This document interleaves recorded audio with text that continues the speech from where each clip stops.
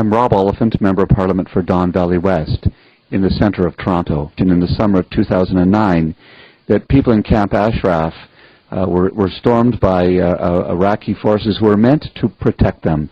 11 people in Camp Ashraf were killed and hundreds were injured. These people have been in the camp for many years, and the United States and the United Nations have guaranteed that they were protected persons.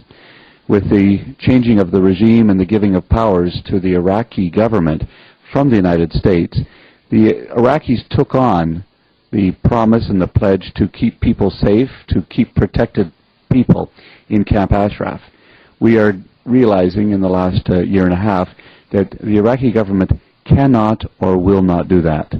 Supported by the regime in Iran, they have made life more and more difficult for people in Camp Ashraf, and we have raising concerns in the Parliament of Canada about the possibility of future problems and future indignities and future human rights violations for the people in Camp Ashraf. The American government promised to protect them under the 4th Geneva Convention, Article 45. They were to guarantee that the over 3,000, some 3,400 people in Camp Ashraf would be kept safe. The reality is they are no longer safe, if they ever were safe. The Iranian regime and the Iraqi officials have conspired in some way to ensure that their lives are made more and more difficult. Medical supplies do not come in easily. The camp is under siege. The reality is that politicians, foreign dignitaries, journalists cannot have free access to hear the stories of people in Camp Ashraf.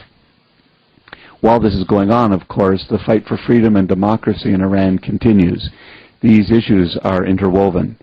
We in the Canadian Parliament need to call upon our own government, the Government of Canada, to speak forcefully at the United Nations to find a way to have safety and security for the people of Camp Ashraf. We also have to ensure safety for their families, for their friends, people in Iran, as we try to build a democratic government of Iran. The American government has a particular role.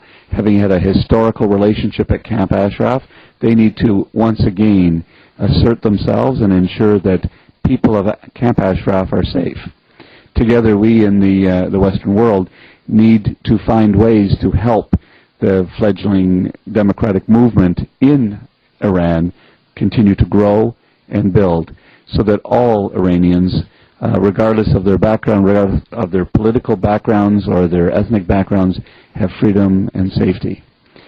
As a Member of Parliament, I think we raise these issues importantly to colleagues, to officials, and to people around the world, to say that we in democratic countries need to speak on behalf of those who can't speak for themselves. Today I am appealing to Americans, to Canadians, and to the international community to stand with the people of Camp Ashraf, to stand with the people of Iran, to build a country of freedom, democracy, human rights, and liberty.